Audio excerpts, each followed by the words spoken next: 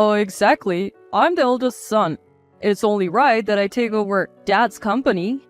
Despite the impending funeral of Hugo, our late company president, my estranged older brother, blurted out such a statement as soon as he showed up. Huh? I couldn't help but let out a surprised murmur at my brother's words. Suddenly, Eugenie, my sister-in-law, raised her voice. Devin is saying he'll be the president. You get that, right? Normally the eldest son takes over the family business. As a younger sister, you should simply step aside. Whoa, Eugenie, lower your voice. The funeral is about to start. Well then, admit it already that you're giving the company to me, or else we'll create a chaos at this funeral. With smirks on their faces, they both stared at me. I had no idea that they were this insensitive. It felt like something taut within me, like a tightly drawn string just snapped. Dealing with these people was becoming more ridiculous by the second. Fine, I'll give it to you, but in return, get out of here right now. At my words, the two of them grinned. No backing out later. We are relieved you agreed so quickly, just like father-in-law. You're such an accommodating sister-in-law. Leaving those words behind, the couple left the venue. My name is Elsie. After losing my mother a few years ago, I have been living with Hugo. Despite being in his late 60s, Hugo remained active, astonishing even his own daughter with his vitality. Hugo ran his own company, where I also worked. Once I started working, I realized that Hugo, who I had always seen as strict during my childhood, was actually a man of great compassion. Hugo's stern and plain-spoken demeanor, both at home and in the office, were the result of a character that didn't allow for compromise, neither from himself nor others. I became aware of this because Hugo, who I had thought was cold, was highly respected and depended upon by his staff at the company. I used to wonder why these people would follow such a ruthless man. One day, I saw the reason firsthand. I'm sorry, Mr. President, I received a call from our client, N.Co., saying that the quantity of the goods we delivered yesterday was short. The one saying this with a pale face was an employee named Tobin. N.Co. is a valuable client of ours. Hugo's company isn't big and our main operation is transactions with major clients. In other words, every single issue with a major client is of considerable importance. Tobin continued, bowing his head. It's my fault. They apparently need it today, so I'll hurry and deliver it right away. I'm really sorry. To this employee, Hugo said, Wait. I'll go too. It's my fault as the company's president when the company makes a mistake. Let's go apologize together. Hugo stood from his seat and put on his suit jacket. They reported upon their return that our dealings with N.Co. would continue. Apparently, after Hugo apologized, he presented a plan to prevent such mistakes in the future to N.Co. N.Co. was not only convinced by the plan, but also increased the volume of transactions due to Hugo's honest attitude and his good judgment in rectifying the mistake. Given the time crunch for N.Co.'s order, I shouldn't have left it all to Tobin. I should have confirmed it together. So don't blame yourself alone. Tobin shared that Hugo had said these words to him on their way to the client. Tobin proudly spoke of Hugo, who had responsibility and also supported him. Then other employees started to talk about Hugo in unison. From their proud faces, I realized why Hugo was so loved. Thus, my expression of Hugo, which had been that of a cold and strict person, changed to that of a strict but caring person, and I began to respect and admire him, just like the other employees did. As my perception of Hugo changed, not only as a CEO but also as a father, I started to nurse a certain concern. The cause of my concern was my brother. I have a brother named Devin. My brother, rebelling against the strict Hugo, had left home as soon as he graduated from college and had never returned, not even when our mother passed away. A self-centered brother who didn't attend even our mother's funeral. But perhaps influenced by the loss of our mother, I started to reconsider the importance of family and wondered if I could somehow mend the relationship between Hugo and my brother. If he could know our father not only as a stern man, but also a caring one, their bad relationship might be resolved. The more I knew about Hugo's kindness, the stronger this thought became. Then one day, my brother came back with a woman. I was surprised by the sudden visit, but Hugo, though keeping his calm, seemed somewhat pleased. However, despite their reunion after several years, my brother started the conversation without showing any concern for Hugo or searching for our deceased mother. Because of the debts, I can't live a proper life. Dad, please. Please take over my debts. From me as well, please. The woman crying next to my brother who just said this was Eugenie, who he said was his wife. Without reporting to any of our family, my brother had married. He had married Eugenie, but due to the debts from his gambling, their married life wasn't going well. So he came back to ask Hugo for help. It's too much to ask. That's what I thought, but Hugo said, Understood. And that was it. When I looked at Hugo in surprise, he was staring at my brother and his wife with a serious look. These are the conditions. Never gamble again to bear debts. Work hard for your family. Show up a few times a year. If you can keep these, I will pay your debts. Even the strict Hugo must have been pleased with the reunion with his long-lost son. The amount of debt my brother was carrying wasn't something you would take over with these conditions. However, if this could improve the relationship between Hugo and my brother little by little, that might be enough. After all, Hugo accepted it under these conditions, so it's not my place to comment. I convinced myself of that. Oh, thanks, Dad. You saved me. As soon as Hugo agreed to take over the debt, my brother quickly explained the transfer destination for the money and left our house. I wasn't without concern about my brother's attitude, but above all, I was genuinely happy that Hugo and my brother had a reunion after a long time. The usually quiet Hugo mentioned my brother's name several times that day. He must have been very pleased. But people don't change so easily. Nearly 2 years have passed since my brother visited Hugo, but my brother hasn't shown up since then. Moreover, the debt kept increasing every month, and even though it was being paid back, bills kept coming to Hugo. During that time, I contacted my brother many times. Even though I blamed him for not meeting the conditions given by Hugo, my brother wouldn't listen. It's between Dad and me, so don't interfere. And he would hang up the phone every time. Then one day, Hugo told me something. It seems I have pancreatic cancer. They say I have about a year to live. What? Because it was so sudden, I was at a loss for words. After all, Hugo was so energetic that even I and the other employees acknowledged it. Hugo having cancer and only a year left to live? But Hugo is not a man who jokes. Both the cancer and the prognosis must be true. It's futile to be flustered here. What I have to do now is to support Hugo. From then on, I started learning the work that Hugo had been doing and studying management myself. Hugo was also proactive in mentoring me. Perhaps he was ensuring that things would be all right regardless of what happened to him. The thought made me feel complicated, but when I thought about the company that Hugo had always protected and the employees with whom he had worked, there was no room for complaints. Then, several months later, Hugo was admitted to the hospital. Even during his hospitalization, it seemed that my brother had been contacted to make debt payments. Sorry, but could you make the payment on my behalf?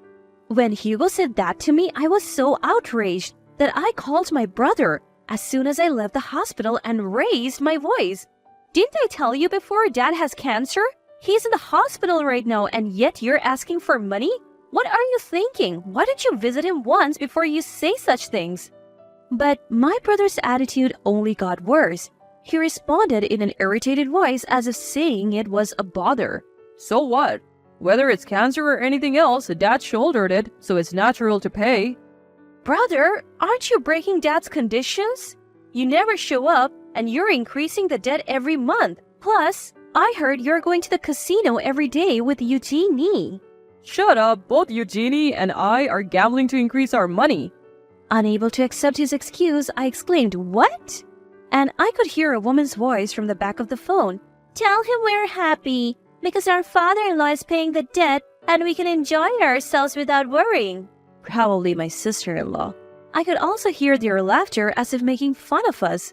Hey, if you say things like that and we can't get the debt paid, what will you do? But he's not going to survive, right? We thought we should express our gratitude while we can. Plus, wasn't it Devin who said, Such a father, he's just here for the money. Hearing their conversation, I impulsively hung up the phone. Unknowingly, my clenched fist was shaking. Without making the payment Hugo asked for, I returned to Hugo's hospital room and told him about the phone conversation. I knew it might shock him, but I just couldn't stand it. Hugo listened to my story, was silent for a while, then turned a serious face towards me and nodded slightly. Elsie, I have a favor to ask. I was taken aback by what he said. Then, a few months later, Hugo passed away and went to heaven. Many people came to see Hugo's face at the wake. But at the funeral today, even more people are gathering. Uncle Godwin, who is Hugo's cousin, is joining me in greeting those who came to the funeral. I tried contacting my brother on the day Hugo passed away, but he didn't answer the phone and didn't respond to my emails. Uncle Godwin, thank you for everything. When I said that, Uncle Godwin made a modest smile. It's fine. Elsie, you must have been through a lot. Let me know if there's anything else I can help with. You have helped me more than enough. Thanks for being here, even though it was short notice. Just as Uncle Godwin and I were talking. Hey, Elsie, we're here. It was my brother and sister-in-law who showed up. I sighed at their arrival. Why didn't you reply to my contacts? It should be you, as the eldest son, who should be in charge of the funeral, right?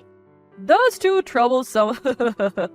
Besides, I have something to talk to you about. With that, my brother crossed his arms and stood arrogantly. My sister-in-law standing next to him had a smirk on her face. You just mentioned me as the eldest son, right? Yes, so what? Yeah, I'm the eldest son. That's why I'll take over Dad's company. What?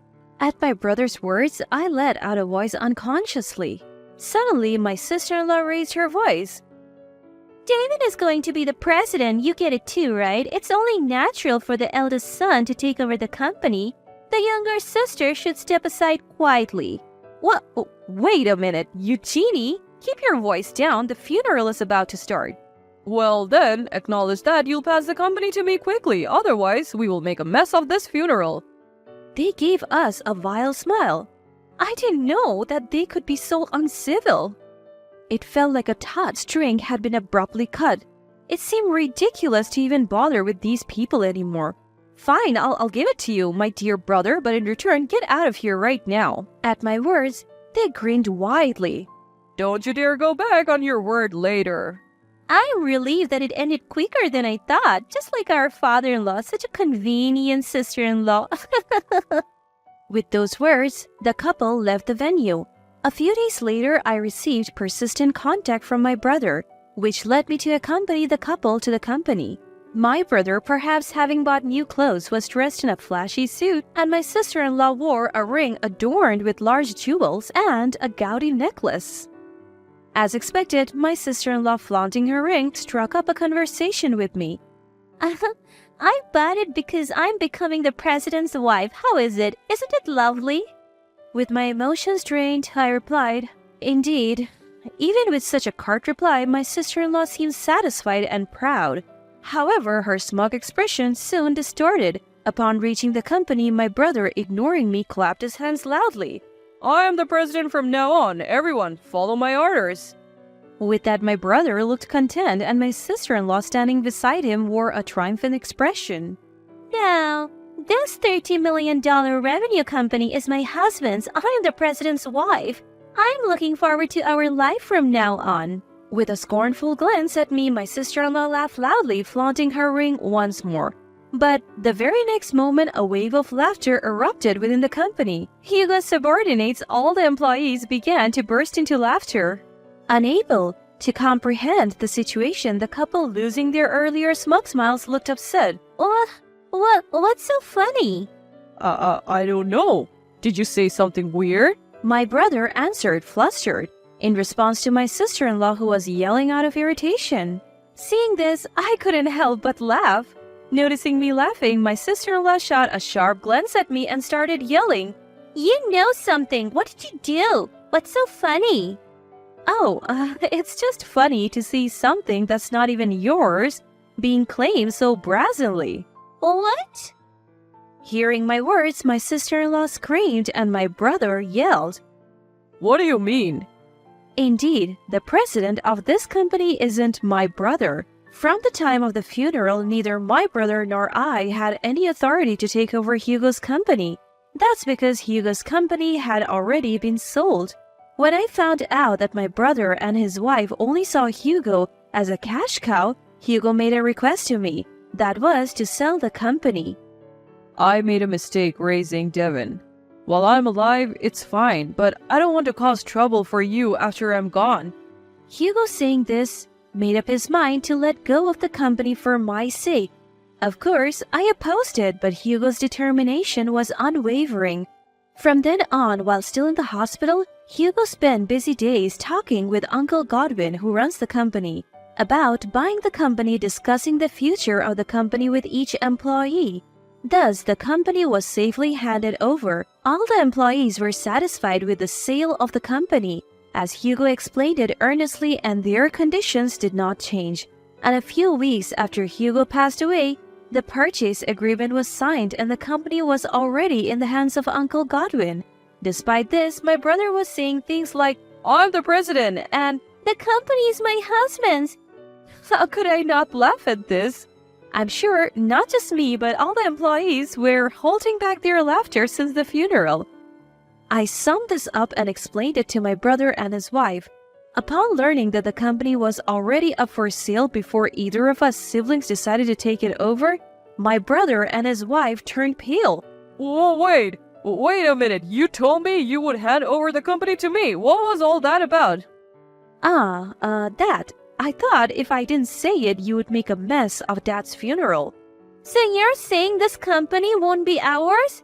What should we do? We bought this ring and this necklace on credit again. What about that money? At my words, my sister-in-law began to yell in rage. My sister-in-law continued to blame my brother, saying, You have to do something. In his fluster, my brother seemed to realize something and a sleazy smile crept across his face again. That's right. Dad left an inheritance, didn't he? I'm the eldest son. Hand over all of Dad's inheritance. Upon hearing the word inheritance, my sister-in-law, who had been openly angry until a moment ago, changed her tone. That's right, inheritance. He was the CEO, so there should be a lot, right? Oh, good. We don't have to worry about our debts and we can keep having fun.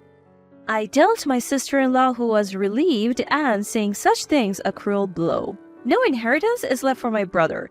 By father's will, he has been excluded from the heirs. Indeed, Hugo not only sold the company but also left a will with a lawyer present so that the inheritance would not go to my brother. It stated that Hugo, who had been repeatedly covering my brother's substantial gambling debts, excluded my brother from the heirs. That's ridiculous. My brother argued, but I coldly brushed him off, saying, Why don't you hire a lawyer or something? It's a waste of money, though. I can't believe it. I quit my job thinking I would get the company, and I can't even get an inheritance? The two, having lost their last hope, left the company in a daze. After the two had left, the employee told me, That was well done. My brother, who had quit his job in anticipation of getting the company, apparently couldn't find a decent job afterwards. My sister-in-law, who thought she would become the wife of the CEO, also had her dreams dashed and seems to be considering divorce from my brother, but she can't even afford to do so because she has no money. The two seem to be living a life of paying off debts while working part-time all day and having quarrels every day. Meanwhile, I have been working together with the same staff as before, even after the president became Uncle Godwin. Thanks to Hugo's efforts during his lifetime, not only have we been able to continue our relationships with our clients as before after the acquisition, but also thanks to Uncle Godwin, we have more clients and our annual sales are on the rise. This company will surely continue to undergo various changes, but I think it's my role to keep protecting this company, respecting and embodying Hugo's ideas. To achieve that, I will continue to work hard.